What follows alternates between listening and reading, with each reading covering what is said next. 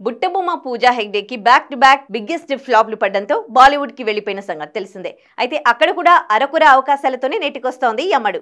తెలుగులో ఒక్క ఆఫర్ కూడా అందుకోవడం లేదు, కానీ తమిళ్లో మాత్రం ఈ బ్యూటీకి ఆఫర్లు వస్తున్నాయి.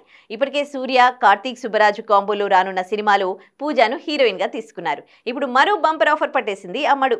మరోసారి తమిళ స్టార్ హీరో ఇళయ దళపతి విజయ్ సరసన ఛాన్స్ కొట్టేసింది. ఇటీవల the greatest of all time తో ఆడియన్స్ ముందుకొచ్చిన విజయ్ ప్రస్తుతం తన కెరీర్ 69వ సినిమా చేస్తున్నాడు.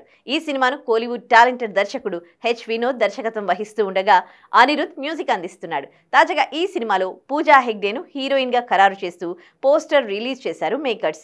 గతంలో విజయ్ పూజా కాంబోలో వచ్చిన బీస్ట్ సినిమా డిజాస్టర్ గా నిలిచింది. అయినా కూడా మరోసారి విజయ్ సినిమాలో అవకాశం అందుకుంది.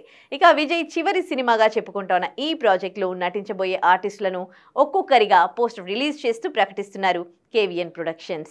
ఇప్పటికే బాలీవుడ్ నటుడు బాబీ డియోల్ విజయ్ 69th మూవీలో విలన్ గా కనిపించబోతున్నాడు అని అఫీషియల్ గా ప్రకటించారు. ఇప్పుడు హీరోయిన్ గా పూజా ఫిక్స్ అయినట్టుగా తెలిపారు. దీంతో ఈ సినిమాపై అంచనాలు పెరిగిపోతున్నాయి. మరి విజయ్ 69 ఎలా ఉంటుందో చూడాలి.